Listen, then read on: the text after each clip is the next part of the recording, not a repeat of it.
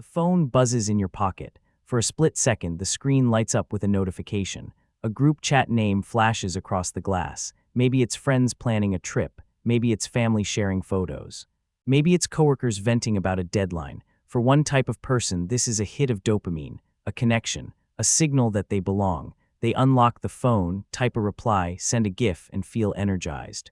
But for you, the reaction is different. You see the notification and your stomach tightens. You don't feel excitement. You feel a heavy, low-grade dread. You don't unlock the phone. You flip it over. You silence it. You tell yourself you will look at it later when you have the energy, but later never comes. Hours turn into days. The unread badge count climbs from 5 to 50 to 100. Eventually, the guilt sets in. Now replying feels impossible because you have been silent for too long. So you ghost. You disappear. You become the observer who never speaks, the friend who never confirms plans, the digital phantom. Why do you do this? People will call you lazy. They will call you rude. They might even call you arrogant, assuming you think your time is more valuable than theirs. They are wrong. This isn't about arrogance. It isn't even about disliking the people in the chat. You might love them deeply. You might take a bullet for them in real life, but you cannot bring yourself to type a simple sentence on a screen. Stick with me until the end. We are going to deconstruct the psychology of the group chat ghost. We are going to look at why your brain treats digital communication like a threat, and why this behavior might actually be a sign of a distinct personality type, not a character flaw. This behavior usually breaks down into 3 specific psychological categories. The first group is the sensory overwhelmed. Think about how humans evolved. For thousands of years, communication was linear. You spoke to one person. Maybe a small group around a fire. When the conversation ended, there was silence. Your brain had time to process, to rest, to reset. The group chat destroys this biological rhythm. It is a conversation that never ends. It is a room you cannot walk out of. It is a cocktail party in your pocket that demands your attention at breakfast, at work, in the bathroom, and in your bed. Psychologically, the sensory overwound are people with low thresholds for external stimuli.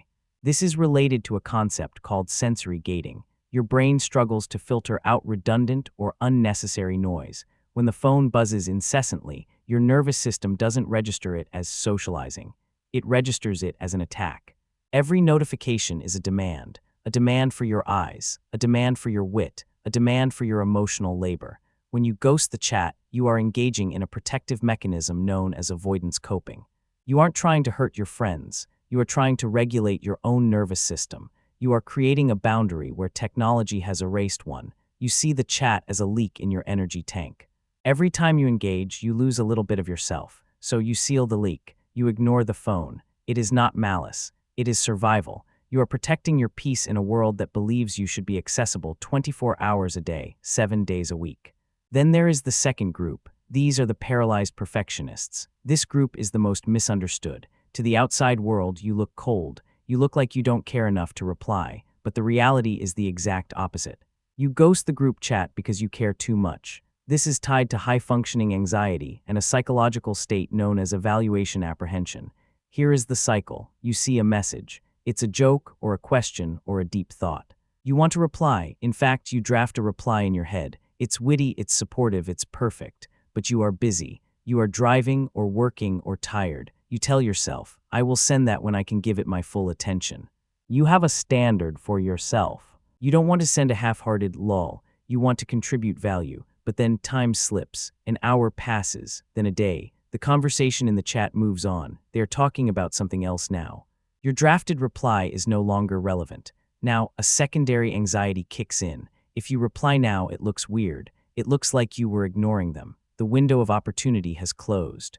The longer you wait, the higher the barrier to entry becomes. Shame enters the equation. You feel guilty for not replying earlier. That guilt makes you avoid the chat even more because seeing the names reminds you of your failure to be a good friend. So you ghost.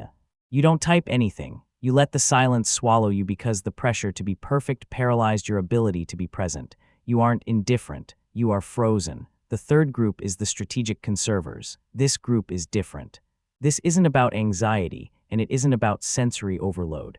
This is about value systems. This is about a fundamental disagreement with how modern society treats time.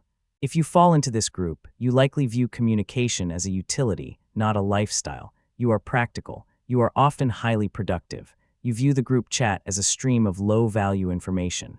Psychologically, you practice a form of relational essentialism. You prioritize deep, one-on-one interactions over shallow, collective noise. You read the messages. You know exactly what is going on. You know who is dating whom, who is mad at their boss, and what time the dinner starts. You consume the data, but you do not feel the need to broadcast your consumption. To the other members of the chat, you are a lurker, but in your mind you are efficient. You do not type ha unless you are actually laughing. You do not send emojis to fill silence. You speak only when necessary. This drives people crazy. They interpret your silence as judgment. They think you feel superior to them, but it is actually a form of energy conservation. You have a finite amount of social capital to spend in a day. You refuse to spend it on digital small talk. You save it for the real world. You are the friend who never texts back, but who will be the first one at the hospital if an emergency happens. You have separated connection from communication.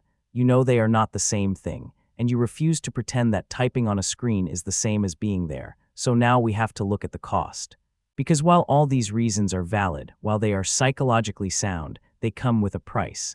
Ghosting the group chat feels like relief in the moment. It feels like taking a deep breath. But over time, it erodes the foundation of your relationships. Friendship, unfortunately, relies on what psychologists call maintenance behaviors. Small, seemingly insignificant interactions that signal I am still here.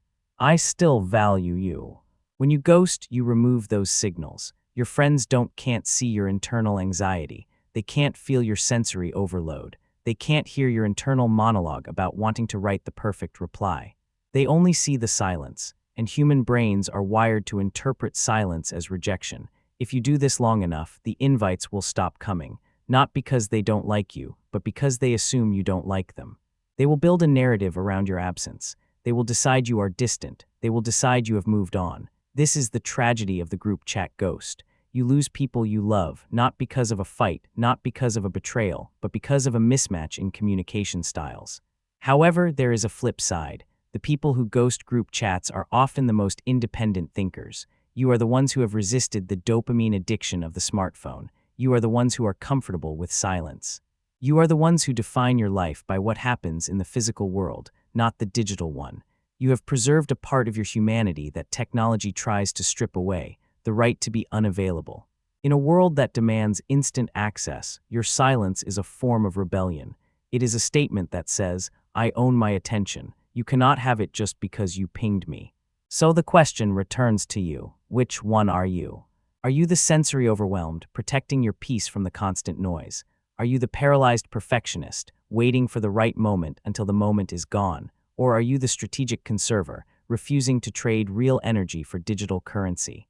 Maybe you are a mix of all three. If one of these descriptions felt like looking in a mirror, acknowledge it. You don't necessarily have to change. You don't have to force yourself to become a rapid-fire texter. But understanding the mechanism is the first step to managing it. Maybe the solution isn't to force yourself to reply to everything. Maybe it is simply to tell your people, I love you, but my phone drains me. If it matters, call me. Because there is a difference between being busy and being absent. You can live a life where you are bad at texting, but good at friendship. You just have to make sure the people around you know the difference. Zoom out for a second. Think about the glowing rectangles we all carry in our pockets. On one side, some people live inside them. They measure their worth by the speed of their replies and the number of unread messages. On the other side, there are people like you, people who put the rectangle face down on the table. Both are trying to connect. Both are trying to avoid loneliness. But the ghost knows something the others don't. Connection isn't about frequency. It's about depth, and you cannot dive deep if you are constantly treading water on the surface of a group chat. So if you are the one who ghosts, don't beat yourself up. You aren't broken. You are simply navigating a modern evolution with an ancient nervous system. You are choosing the quiet, and in a loud world, that is a powerful choice to make. Tell me in the comments, are you the ghost, or are you the one being ghosted? How does it feel from your side? I want to read your perspective. If this analysis helped you understand your own habits a little better, hit that subscribe button. We are building a community here that values the psychology behind the behavior. And don't forget to like the video. It helps us find the other ghosts out there. I'll see you in the next one.